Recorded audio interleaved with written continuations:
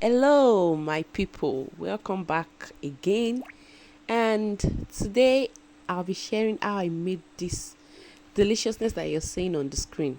Guys, trust me, this was so nice and yummy. I have a unique way of making my Semovita, and I'll be sharing it with you today. And I hope you learn a thing or two. Please, if you know you are enjoying this content, please make sure you like, follow her page. Thank you very much. So to begin, I was trying to boil the meat. Can you see that sliced onion? I'm putting sliced onion. For a reason I didn't know what happened, I added garlic and ginger powder and my seasoning and salt, but I don't know what happened to that part of the video. I couldn't just find it. So after adding it, I covered it and allowed the meat to boil in its own juice. Okay, don't add any water yet. If you do this, trust me, it's going to give you a very flavorful meat rather than adding water at the beginning.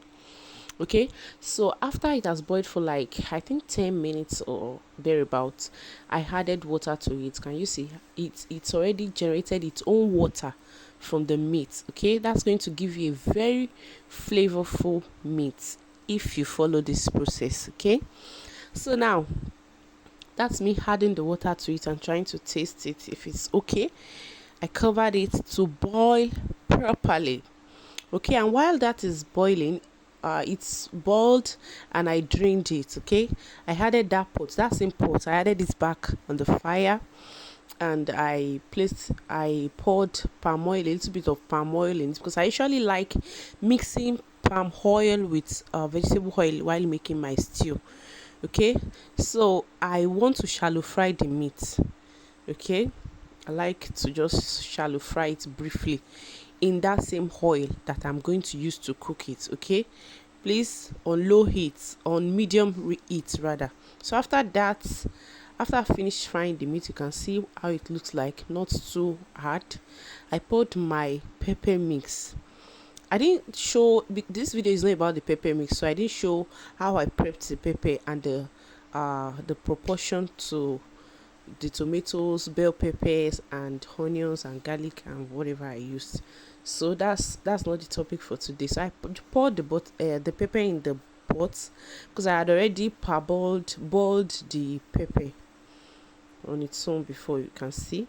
So I covered it a little bit. While that is cooking, I put a pot on fire and poured water for the semovita. Okay, and while that is boiling, I went back to check on this stew, and guys, it was ready. Now you can see the oil is already floating on top of it.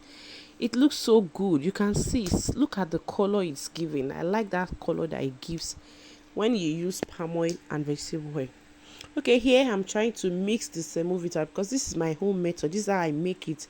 Some people just pour the semo directly into the hot water and stir. If that works for you, fine. But you can also try this my method. I mix it. You see the consistency? Can you see the consistency? Yeah.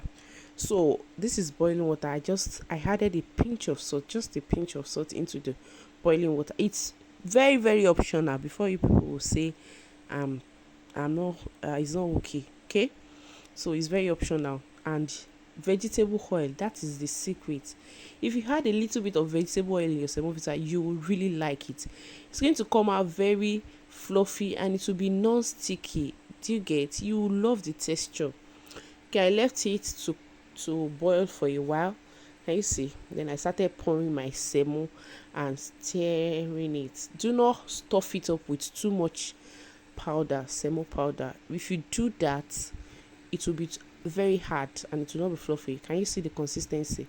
Can you see how it looks like? Look at how soft it is on the spatula that I'm using to stir it. Can you see? It looks so soft, and I really really love it. I can literally finish it. Honestly, I can literally finish this thing without without putting adding soup.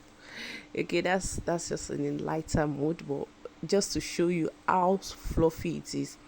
So I felt I needed to add more semo to it, and I added a little bit, just a little bit. Okay, depends on your choice. When you see it yourself, you know if you should add or not.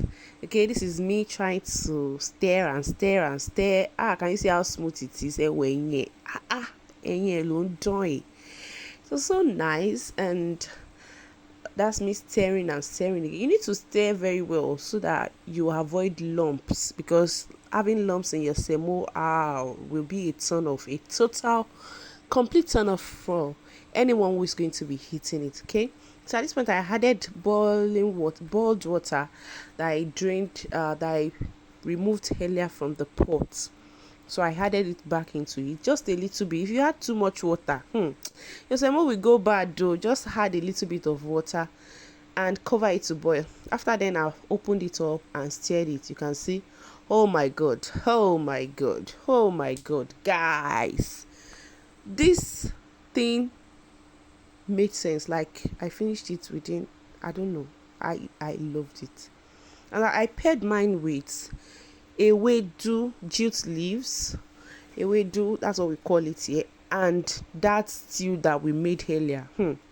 Oh my god, guys, that stew is so simple and I still loved it. Thank you very much for watching. Bye.